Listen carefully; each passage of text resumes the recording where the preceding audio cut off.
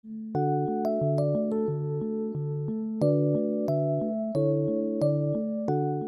दोस्तों, competition cracker channel में आप सभी का बहुत बहुत स्वागत है। और ये एलियोर सेरिकल्चर एग्जाम प्रिपरेशन का लेक्चर नंबर 3 है और ये एनसीईआरटी बेस्ड क्वेश्चन है।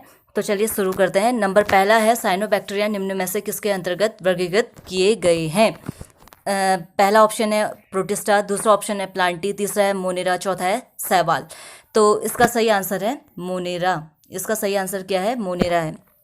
एक्चुअल में होता क्या है, मोनेरा में जितने भी यूनिसेलुलर ऑर्गेनिज्म होते हैं, एक कोशिकीय जीव और जो भी एक कोशिकीय प्रोकैरियोटिक जीव होते हैं, वो सब किस में आते हैं?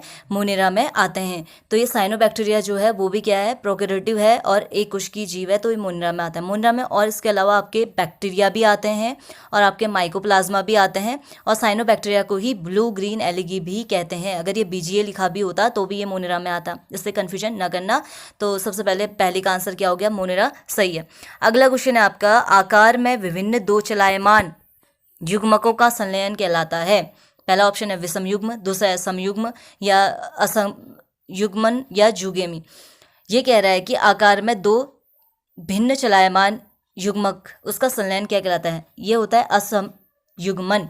इसका इंग्लिश में अगर बताया जाए तो असम युग्मन का मतलब होता है एनआइसोगेमी, जहाँ एनआइसोगेमी का मतलब है मॉर्फोलॉजी उनकी दोनों की अलग अलग होगी। विषम युग्मन होता है हेट्रोगेमी और समयुग्मन मतलब होता है आइसोगेमी। समयुग्मन मतलब होता है आइसोगेमी, मतलब मॉर्फोलॉजी जिसमें सेम होगी उसको समयुग्मन कहते हैं। तो आपको समझ में आ गया होगा ये असमयुग्मन क्या है, समयुग्मन क्या है। ठीक है, तो क्योंकि आकार में ये भिन्न है तो इसको हम असमयुग्मन कहेंगे। अगर ये आकार में समान होते तो हम इसको क्या कहते हैं? समयुग्मन कहते।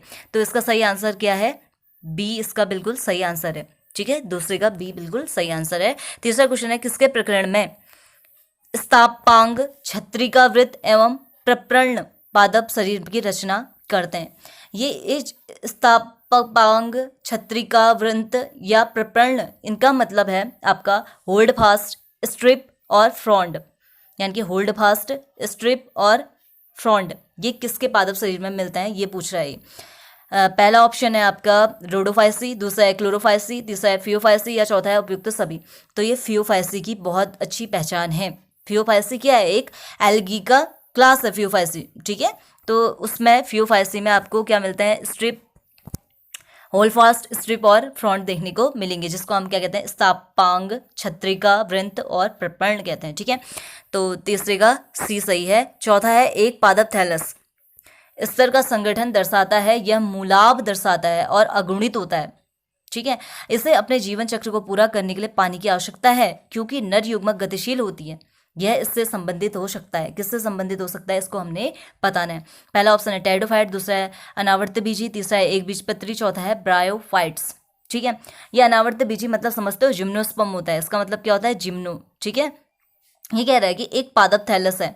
ठीक है, प्लांट का थैलस स्ट्रक्चर है जिसका मूला दर्शाता है कि वो अगुणित है। ठीक है, गैमेटोफाइटिक स्टेज कैसी है उसकी? अगुणित है। और ये अपने चक्र को पूरा करने के लिए, सबसे अच्छी बात यहीं से पता चल गई कि अपने जीवन चक्र को पूरा करने के लिए इसको पानी की आवश्यकता है। और आपको पता है पानी की आवश्यकता किसको होती है? ब्रायोफाइट्स को होती है, अपने सेक्सुअल जीवन चक्र को पूरा करने के लिए, अपनी लाइफ साइकिल को पूरा करने के लिए ब्रायोफाइट्स को किसकी जरूरत होती है? वाटर की रिक्वायरमेंट होती है, यानी कि पानी की आवश्यकता होती है। इसी से हमें पता लग गया कि किस फैमिली का है, मतलब ये कौन सा वो है? ब्रायोफाइट्स है। ठीक है, डिवीजन ब्रायोफाइट्स है इसका। प्रोथैलस है, अब ये प्रोथैलस की बात कर रहा है। प्रोथैलस क्या है? पहला ऑप्शन है टेरिडोफाइट्स की संरचना जो थैलस के विकसित होने से पूर्व बनती है। बी है टेरिडोफाइट्स से निर्मित एक बीजाणुविद स्वतंत्र जीवी संरचना। तीसरा है टेरिडोफाइट्स से निर्मित एक युग्मोन्विद स्वतंत्र जीवी संरचना। चौथा है टेरिडोफाइट्स में निषेचन के बाद निर्मित एक आर्द्र संरचना। तो जो प्रोथैलस होता है, सबसे पहली बात होती है, जो प्रोथैलस होता है वो टेरिडोफाइट्स में मिलता है। ठीक है, लेकिन टेरिडोफाइट्स में तो मिलता है, लेकिन वो एक युग्मोद्भिद स्वतंत्र जीवी संरचना है। युग्मोद्भिद कहने का मतलब है गैमेटोफाइटिक। ठीक है, गैमेटोफाइटिक फ्री फेज होती है। ठीक है, तो प्रोथैलस क्या होती है? टेरिडोफाइट्स में पाई जाती है, वो भी एक गैमेटोफाइटिक स्ट्रक्चर है, यानी कि युग्मोद्भिद स्वतंत्र जीवी रचना है। तो पांचवी का क्या होगा? सी बिल्कुल सही हो जाएगा। अब अगला क्वेश्चन है छठा, इसमें कह रहा है इस समूह के पौधे द्विगुणित तथा प्रतिकूलन इस परिस्थितियों के लिए पूर्णतः अनुकूलित होते हैं। ये सुसंगठित संरचनाओं में बीजाणु पर्णों को धारण करते हैं, जिन्हें शंकु कहा जाता है। अब सबसे पहली बात है, इन्होंने यहाँ पे को बता दिया है कि जिन्हें शंकु मतलब होता है कोन, ठीक है, CONE कोन, कोन कहते हैं। आपको पता होगा कोन जिम्नोस्पर्म की पहचान होती है। कोन सिर्फ किसमें देखने को मिलता है? सबसे ज़्यादा जिम्नोस्पर्म में देखने को मिलता है, ठीक है। तो इसका सही आंसर क्या होगा? जिम्नोस्पर्म। इन सब में और किसी में कोन देखने को नहीं मिलेगा, ये सिर्फ किसमें देखने को मिलता है? जिम्नोस्पर्म में देखने को मिलता है। वो भी बीजाणु पर्णों को धारण करते हैं, ठीक है, जिसे शंकु कहते हैं। एक शंकु के रूप में, कोन के रूप में क्या होता है, यहाँ पे को बीजाणु होता है बहुत सारे, इस तरह से एक कोन का स्ट्रक्चर बना देते हैं, तो उसी को क्या कहते हैं? शंकु कहा जाता है, ठीक है। ये अनावर्त बीजी यानी कि जिम्नोस्पर्म में देखने को मिलता है, तो इसका सही आंसर होगा अनावर्त बीजी। अब सातवां है, आवर्त बीजी का भ्रूणकोश निर्मित होता है 8 कोशिकाओं से, पहला ऑप्शन। दूसरा 7 कोशिकाओं और 8 केंद्रकों से। तीसरा है 8 केंद्रकों से। चौथा है 7 कोशिकाओं और 7 केंद्रकों से। आवर्त बीजी का जो भ्रूणकोश होता है, ये एम्ब्रियो सेक की बात कर रहा है। आपने एम्ब्रियो सेक का स्ट्रक्चर देखा होगा, इस तरह से होता है। यहाँ 3 सेल, यहाँ 3 सेल, यहाँ 3 न्यूक्लियस इधर, 6 2 न्यूक्लियस इधर होता है, ये जो क्या बनाता है? पोलर स्ट्रक्चर बनाता है, ठीक है। ये आपने पढ़ा होगा। तो ये टोटल न्यूक्लियस कितने होते हैं? 8 होते हैं। 8 न्यूक्लियस और कोशिकाएं कितनी होती हैं? 7 होती हैं। 7 कोशिकाओं में आपकी आती कौन कौन सी हैं? एक तो सिनर्जिड सेल्स आती हैं, और दूसरी आपके 3 होती हैं आपके सिनर्जिड सेल्स, 2 सिनर्जिड सेल्स होती है, 3 एंटीपोडल सेल्स होती हैं, और 2 पोलर न्यूक्लियाई होते हैं। तो इन सबको मिला के क्या होती हैं? 7 सेल्स होती हैं और 8 न्यूक्लियस हो गए इसके। तो इसका बी बिल्कुल सही होगा। क्या कहा? 2 सिनर्जिड सेल्स, 3 क्या? एंटीपोडल सेल्स, 2 क्या? Nuclear polar nuclei, polar nuclei कहते हैं उसको। तो वो हो गए, तो टोटल 7 हो गई। कोशिकाएं 7 होती हैं, लेकिन केंद्र कितने हैं इसमें? 8। 3 यहाँ 6, 2 बीच में 8, ठीक है। तो इसका बिल्कुल सही आंसर कौन सा होगा? बी आंसर बिल्कुल सही होगा। अब 8वां, यदि किसी पुष्पीय पादप की द्विगुणित संरचना 36 है, यानी कि 36 है, तो इसके भ्रूणपोष में गुणसूत्रों की संख्या क्या होगी, कह रहे हैं। देखो, पुष्पीय पादप की द्विगुणित संख्या 2n36 दी गई है। अगर हम n निकालेंगे तो कितनी आ जाएगी? 18 आ जाएगी, आएगी 18।